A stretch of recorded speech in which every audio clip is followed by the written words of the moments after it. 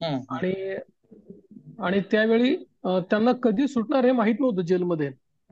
हम्म. हम्म. पण त्यावेळी जेलमधले जे सगळे महान व्यक्ती होते, अभ्यासू, हम्म. त्यांनी सगळ्यांनी अशा सगळ्या मंडळींसाठी पुस्तकं मागवली हा. आणि त्यांच्या पुस्तकांचं वाचन करून घेतलं. हम्म. आणि त्या पुस्तकामधलं तत्वज्ञान एकेकाला एकेकाला मांडायला लावलं. हम्म. तर त्यांची तिथे सुद्धा एक आत्मशक्ती निर्माण झाली त्यांना, त्या जेलमध्ये हम्म. असताना सुद्धा. हम्म. बरोबर आहे, बोला.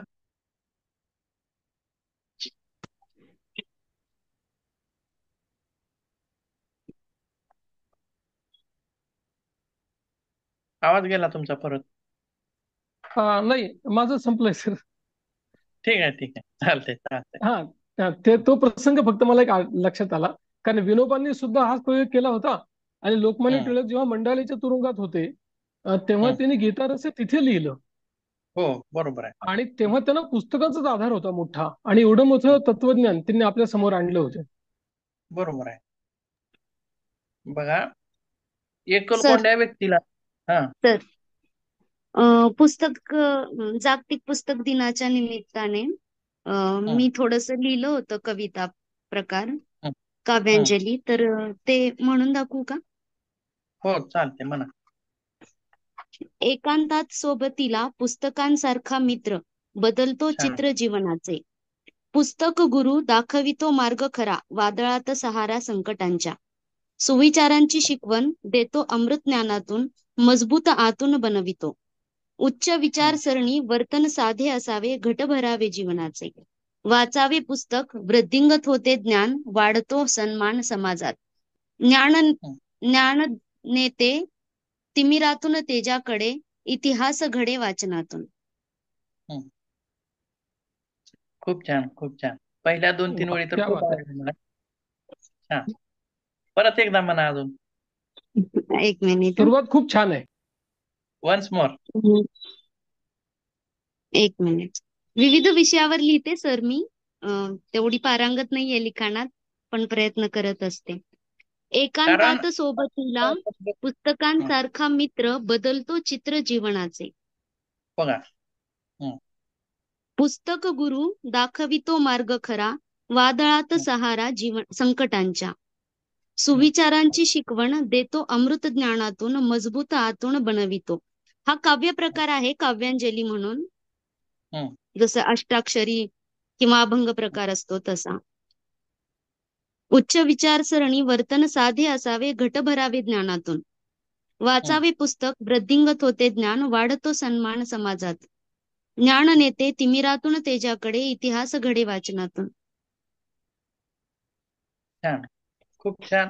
आणि अशा वेळी व्यक्त खूप केला छान आहे. जो आपला विषय चालू आहे सध्या, त्याच्याशी अगदी निगडीत असा विषय. त्याच्याशी अगदी निगडीत असं काव्य, छान काव्य आहे. ठीक आहे. पुढे बघूया. म्हणजे बघा, एकटेपणाला सोबती पुस्तकाचा का मोबाईलचा हो. आजकाल मोबाईलच झालाय, पुस्तके मागे पडली. पुस्तकं विसरली. आणि आता काय पुस्तकं पीडीएफ स्वरूपात मिळत आहेत मोबाईल्स वरती. पण बघा, पीडीएफ मध्ये वाचल्यास पुस्तक वाचल्यासारखं वाटत नाही. जो पुस्तक वाचण्याचा आनंद मिळतो, तो पुस्तक हातात धरून ते वाचले की थोडं वेगळंच असतं. आणि पुस्तक आपल्याला वाचण्याचा आवडलेल्या लाईन्स आपण अंडरलाईन करतो, हायलाईट करतो, जिथपर्यंत वाचलं करेक्ट. ते पेज दुमडतो. सगळं म्हणजे हे हा, प्रवास असतो एक वाचण्याचा पण. प्रत्येकचे आणि एक आनंद. डॉक्टर बाबासाहेब आंबेडकरांनीही वाचून इतिहास घडवला. त्याच्यामुळे इतिहास घडे वाचनातून, असं मला म्हणायचं. हो, बरोबर आहे, छान. आणि बघा, सर, ताण पुस्तकाने गंध सुद्धा असतो. हं. ताणतणावामध्ये असणाऱ्या व्यक्तीमध्ये विचार घुटमळत असतात. जी परिस्थिती, जी घटना घडलेली आहे, त्याच्या बाबतीत सारखं विचार येत असतात त्याच्या मनात. बरोबर आहे. सारखं ते घुमत असतं. त्यांना मग डॉक्टर काय म्हणतात, की मित्रांसोबत जावा, बाहेर जावा, कुठंतरी फिरा, एकटं बसू नका. एकटं बसू नका म्हणजे एकटं बसल्याची व्यक्ती काय करते, तेच विचार परत परत परत परत करते. बरोबर आहे. मग पुस्तकं वाचताना काय होईल बघा, ज्यावेळी एखादी व्यक्ती पुस्तक वाचेल, तिला जे आवडते ते पुस्तक वाचू द्या, ते पुस्तक वाचेल. त्यावेळेस काय होतंय, मन डायव्हर्ट करण्याचा प्रकार, म्हणजे मन ज्या दिशेला आपल्या जात होतं ते काढून आपलं मन त्या पुस्तकामध्ये गुंतवणं, ते आपोआपच गुंतत असतं. बरोबर आहे? ज्यावेळी आपण एखादं पुस्तक वाचू, हे इतर विचार आपल्या मनात येत नसतात. आता बघा, ध्यानाची व्याख्या काय आहे? आपण ध्यानाला काय म्हणतो? की आपल्या मनातले विचार आपण बाजूला करायचे असतात. बरोबर आहे? म्हणजे ध्यानाचे तसे भरपूर प्रकार आहेत. पण मेन उद्देश महत्वाचा कसा आहे, की आपल्या मनामध्ये उठणारे विचार त्यांना बाजूला सारायचं असतं आणि लक्ष केंद्रित करायचं असतं. बरोबर आहे? म्हणजेच थोडक्यात बघा, ज्यावेळी आपण ज्यावेळी ध्यान करतो, त्यावेळी आपल्याला प्रयत्न करावे लागतात. कशासाठी? की मनात उठणाऱ्या विचारांना दूर करण्यासाठी किंवा मनामध्ये चालणाऱ्या विचारांना थांबवण्यासाठी काय करावं लागतं? प्रयत्न करावे लागतात. बरोबर आहे? उगाच सहज बसल्या बसल्या ध्यान लागतं का आपलं? लागत नाही. त्यांना दूर करण्यासाठी प्रयत्न करावे लागतात. पण ज्यावेळी आपण एखादं पुस्तक वाचू, त्यावेळी आपल्या मनामध्ये येणारे विचार ते आपोआपच सहज थांबतात. कारण आपलं मन जे आहे ते वाचण्यामध्ये गुंतलेलं असतं आणि पुस्तकाची किंवा लेखकाची अशी शैली असते, की एक पान वाचलं की पुढचं पान आणखीन वाचू वाटतं. बरोबर आहे? दुसरं पान वाचलं की परत तिसरं पान वाचावं वाटतं. असं वेळ सुद्धा गेलेला दिसून येत नाही. म्हणजेच एकटेपणाला सोबती हे पुस्तकं आपल्याला मदत करतात. हे झालं चांगल्या पुस्तकांचं. त्याच्या पुढे आणखीन काय सांगता येईल आपल्याला स्वाध्यायाबद्दल? तसेच आणखीन बघा, एक दोन पॉईंट घेऊ आपण याच्यामध्ये. आपल्यासारख्याच गोष्टीमधून गेलेल्या लोकांबद्दलची पुस्तके किंवा त्यालाच आपण काय म्हणतो, आत्मचरित्र वाचणे देखील उपयुक्त आहे.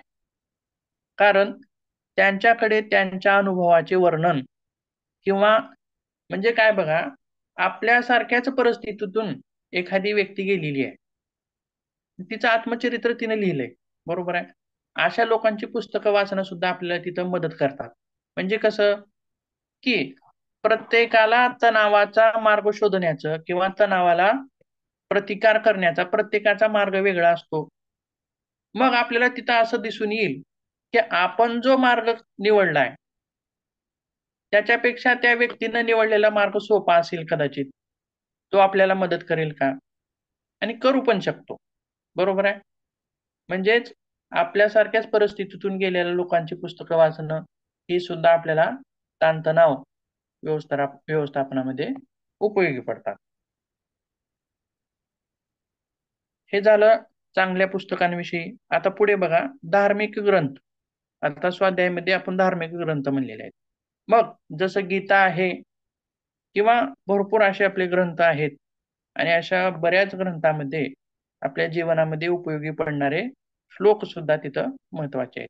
फक्त गीतेचं पारायण करावं हे महत्वाचं नाही. बरोबर आहे? आता काही जण काय म्हणतात, की आता समजा देव करत असेल किंवा पारायण वगैरे करत असेल, तर त्याला काय म्हणतात, हे का वय आहे का तुझं वाचण्याचं? धार्मिक पुस्तकं वाचण्याचं हे काय वय आहे का तुझं? आता अभ्यास करायचं वय आहे. म्हणजे त्यांचा असा उद्देश आहे, बघण्याचा दृष्टिकोन असा आहे, की वयस्कर झाल्यानंतरच पोथी पुराण वाचावं, असं एक दृष्टिकोन आहे समाजामध्ये. परंतु ही पुस्तकं किंवा ही ग्रंथ किंवा गीता हे असे ग्रंथ आहेत, की आपल्याला जीवन जगताना उपयोगी पडणारे आहेत. जीवन जगताना उपयोगी पडणार आहेत. मग हा वयस्कर झालेला व्यक्ती हा पूर्ण आयुष्य जगून आलेला आहे. बरोबर आहे? आणि तरुण लोकांनी वाचावं हे किती गरजेचं आहे? कशासाठी गरजेचं आहे? तर त्याला पुढचं आयुष्य पूर्ण जगायचं आहे. मग हे पुस्तक आपल्याला आयुष्य जगताना मदत करणारी आहे. आयुष्य संपल्यास वाचणं ठीक आहे, पण आयुष्य संपल्यास म्हणजे बघा, रस्ता आपल्याला मार्गक्रमण करताना मॅप बघणं गरजेचं आहे का त्या गावामध्ये पोहोचल्यास मॅप बघणं गरजेचं आहे? हो. प्रवास करताना मॅप बघावा का गावात पोहोचल्यानंतर मॅप बघावा? प्रवासाला निघतानाच बघावा, म्हणजे प्रवास आपल्याला नियोजनबद्ध होईल. म्हणजे प्रवास करताना मार्ग चुकणार नाही. बरोबर आहे. किंवा चुकलाच तरी तिथं काहीतरी आपल्याला उपाय करता येईल. बरोबर आहे. मग धार्मिक ग्रंथ असतील किंवा आणखीन कोणते असतील, हे अलीकडच्या वेळेमध्ये वाचणं गरजेचं आहे. ठीक आहे. तसेच या पुस्तकातून आपल्याला काय काय भेटतं बघूयात. तर आणखीन एक गोष्ट बघूयात इथं काय म्हणते. गीतेमधला श्लोक आहे, कर्मण्यवाधिकारस्ते मा फलेषु कदाचन. बरोबर आहे. म्हणजे काय हो? कर्म कर्म करण्यामध्ये करत तुमचा राहा, अधिकार फळाची आहे, अपेक्षा त्याचं करू फळ नका. काय भेटेल ह्याची अपेक्षा करू नका. कर्म करा, निष्काम नाही. कर्म. फळाची अपेक्षा करू नका. बरोबर आहे. छान. मग आपण ज्यावेळी कोणतेही कार्य करू, ते कार्य करा फक्त. त्याचं फळ, आता काही जणांना वाटतं की मी भरपूर प्रयत्न केलाय पण मला ते भेटलं नाही, म्हणजेच तो व्यक्ती तणावाखाली जाऊ शकते. अशा गोष्टी बऱ्याच घडतात जीवनामध्ये, की काही केलं तरी ते आपल्याला भेटत नाहीत, किंवा कितीही काम केलं किंवा कितीही प्रयत्न केलं तरी भेटत नाहीत. बरोबर आहे. मग अशा वेळी हे लक्षात ठेवणं गरजेचं आहे की फक्त काम करायचं, कष्ट करायचं आपल्या हातामध्ये आहे. फळ चांगलं मिळेल का वाईट मिळेल हे आपल्या हातात आहे का हो? नाही, आपल्या हाती नाहीये. पण एखादं आपल्या कर्म केलं की त्याचं फळ हा मिळणारच आहे. हा मिळणार हा, आहे. फळाच्या आशेसाठी, फळाच्या अपेक्षा करता कर्म नाही करायचं, परंतु फळ मिळणार हे पक्क आहे. त्यामुळे हो, आपण कर्म कसं करतो त्याच्यावर ते अवलंबून आहे. कर्म करण्याकडे लक्ष दिलं पाहिजे. फळाकडे, फळाची अपेक्षा आपण करायची नाही. जे फळ भेटेल ते भेटेल. जो देणार आहे तो देणार आहे. बरोबर आहे. तसेच पुढे काय आहे बघा, काय म्हणले, दुःखेषु नु उद्विग्नमना सुखेषु विगतस्पृहा. म्हणजे काय? दुःख आल्यास दुःख दुःखी होऊ नये आणि सुख आल्यास हुरळून जाऊ नये. समबुद्धी ठेवणे. आता हे फक्त ऐकण्यापुरते नाहीत. बरोबर आहे. तर यांना खरोखरच आपल्या जीवनामध्ये उतरवायचं आणि ते लागू सुद्धा आपल्याला तिथं करायचं आहे. तसेच पुढे काय म्हणले बघा, जे झाले ते चांगले झाले, जे होत आहे ते सुद्धा चांगलंच होत आहे आणि जे होणार आहे ते सुद्धा चांगलंच होणार आहे. बरोबर आहे का होय? अगदी अगदी बरोबर आहे. म्हणजे हे जीवन जगताना आपल्याला मदत करत आहेत. काय मदत करत आहे? तर स्वाध्याय आपल्याला तिथं मदत करतोय. जे झालंय ते झालंय, चांगलंच झालंय. होत आहे ते पण चांगलंच होत आहे आणि भविष्यात जे होणार आहे ते सुद्धा चांगलंच होणार आहे. आणि दुसरी पुढची गोष्ट म्हणजे काय सांगितलेली आहे, परिवर्तन हा निसर्गाचा नियम आहे. मग याच्यामध्ये काय सांगता येईल? आता परिस्थिती कितीही कठीण असू द्या, ती बदलणार आहे का हो?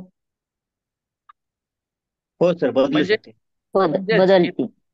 इथं काय सांगता येतं बघा, वेळ ही सर्व गोष्टींवरती औषध आहे.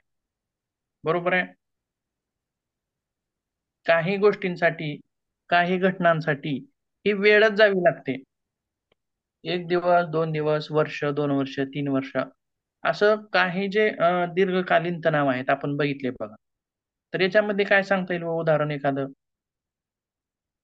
की जिथं वेळच तिथं मलम आहे त्या औषधाचं, कारणाचं.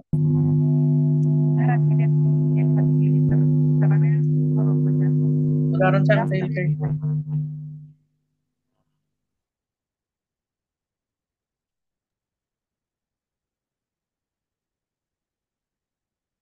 काय सर म्हणजे? म्हणजे एखाद्या परिस्थितीवर वेळच ही औषध आहे. एखाद्या महिलेचा जर पती वारला असेल तर ती लगेच हा, सावरत नाही. खूप बरोबर. वेळ गेल्यानंतर ती त्या दुःखाला पचवायला थोडस. खूप वेळ गेल्यानंतर ती आपोआप रेग्युलर रूटवरती येऊ शकते, रुटीनवरती येऊ शकते. म्हणजे तिथं लगेचच त्या गोष्टी घडत नाहीत, वेळ जावा लागतो. आणखीन अशा बऱ्याच गोष्टी आहेत. रवी सर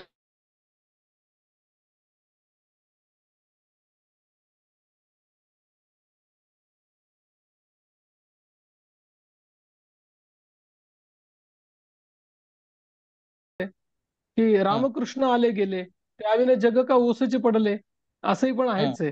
हं. हो, बरोबर आहे. काही गोष्टींसाठी वेळ हीच औषध आहे. वेळ जावा लागतो. इतर गोष्टी करून तिथं उपाय होत नाही. म्हणजे धीर धरणं इथं गरजेचं आहे.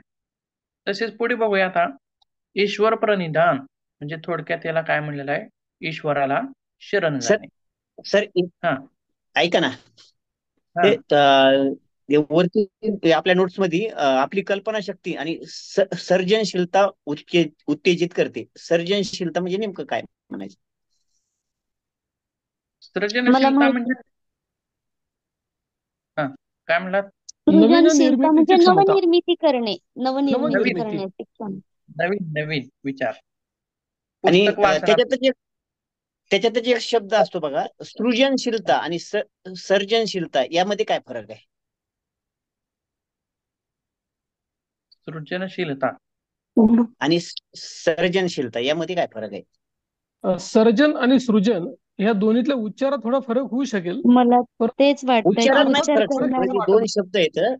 त्यात माझी शंका आहे, आणि आहेत वेगळे शब्द आहेत म्हणून म्हणतात. प्रत्येक ठिकाणी येतात असं उच्चारात येणार नाही तसं, तर बऱ्याच ठिकाणी वाचण्यात येतात.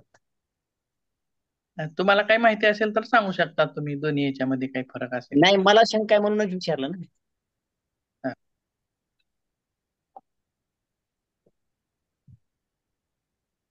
सृजनशीलता किंवा सर्जनशीलता. मग असं आहे का की लिहिण्या सर्जनशीलता ही निसर्गदत्त आहे आणि सृजनशीलता ही मानव निर्मित आहे, असं म्हणता येईल का? त्याचा अर्थ महत्वाचा आहे ना. अर्थ महत्वाचा आहे. नेमकं मला विचारायचं होतं, मग म्हणलं जर असला माहिती तर नसता, मग माहिती झाल्यानंतर सांगा. ठीक आहे, काही हरकत नाही. ठीक आहे, ठीक आहे. सर्जनशीलता म्हणजे नवीन उत्पादित होणे बहुतेक असं वाटतं. हो, सृजनशीलता म्हणजे नवनिर्मितीची क्षमता. ऍक्च्युली मी मराठीची शिक्षिका आहे, पण मलाही ह्या 2 शब्दांचा अभ्यास करावा लागेल. मराठी व्याकरण कोण शिकवते हो बघावं ना. लागणार आहे त्याच्यात. मॅडम तुम्हीच पुढच्या वेळी सांगा मग दोन्हीतला फरक, किंवा दोन्ही सेम आहे का तुम्हीच सांगा तुमच्या. ठीक आहे, पुढच्याच तासाला सांगतील त्यांनी. पुढे बघूया, ईश्वर प्रणिधान. आता बघा, आपण आयुष्यामध्ये एखादी परिस्थिती झाली किंवा घडली, जिथं आपण हात टेकतो, सगळे भरपूर प्रयत्न केलेत, पण काहीच शक्य होत नाही. आपल्याच्यानं होत नाही. बरोबर आहे? असं पण होतं. मग अशा वेळी बघा काय म्हणले, जीवन जगताना ज्यावेळी सर्व काही हातातून गेले आहे, संपले आहे असे वाटते, किंवा ही परिस्थिती बदलणे अशक्य आहे असे होऊन जाते. म्हणजे सर्व काही तिथं आपण सोडून देतो.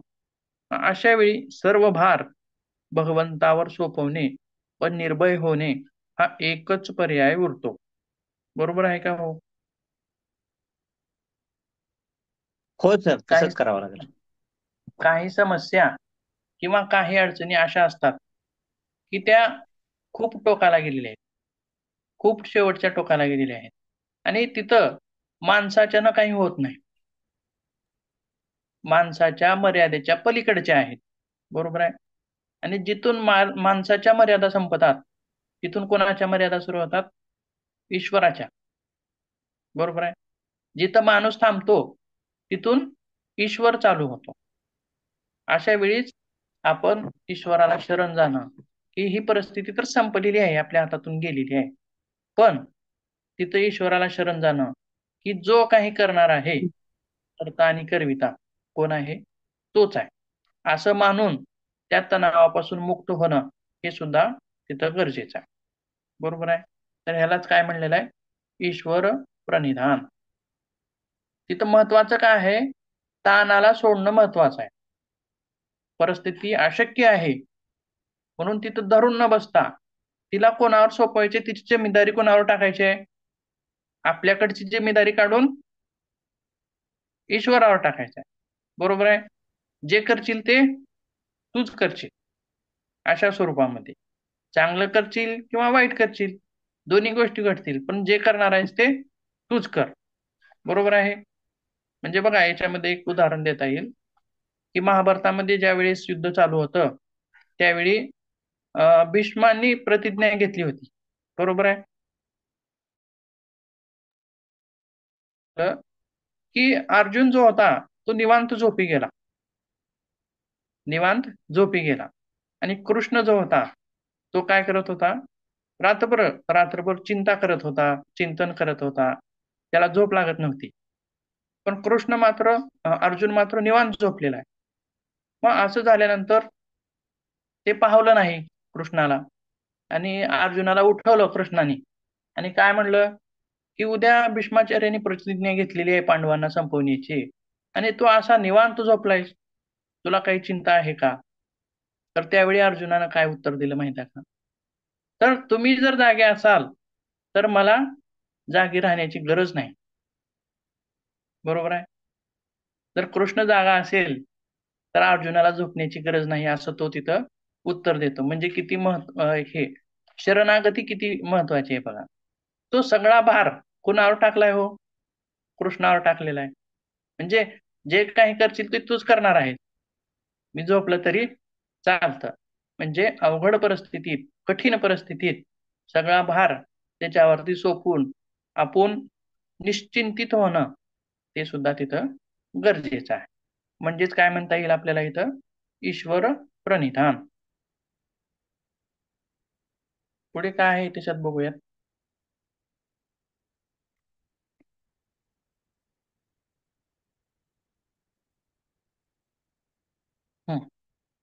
तिथं परत आणखीन एक सांगता येईल, जिथं समस्या असते तिथं मार्ग पण असतो. बरोबर आहे. आता बघा, जिथं व्यक्ती आहे, आता जितक्या प्राणी आहेत त्याच्यामध्ये हा माणूस हा एकच काय करतो, पोट भरण्यासाठी कमवतो.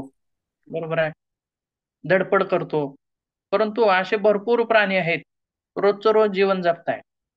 मरतायत का होते, भेटत नाही म्हणून. कुठं ना कुठं त्याचा इंतजाम झालेला असतो. बरोबर आहे. मग तसेच जन्म आहे तिथं मृत्यू सुद्धा आहे.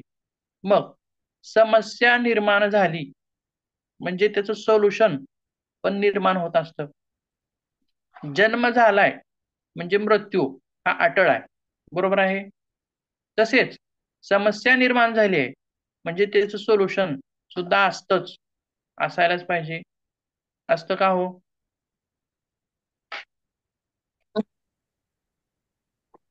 तर कोणत्याही समस्येला डगमगून न जाता तिथं तिचा प्रतिकार करणं गरजेचं आहे.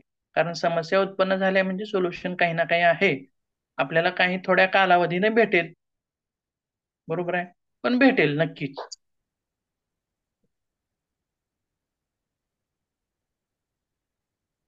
ठीक आहे, मग थांबूयात, आज वेळ झालेली आहे आपली.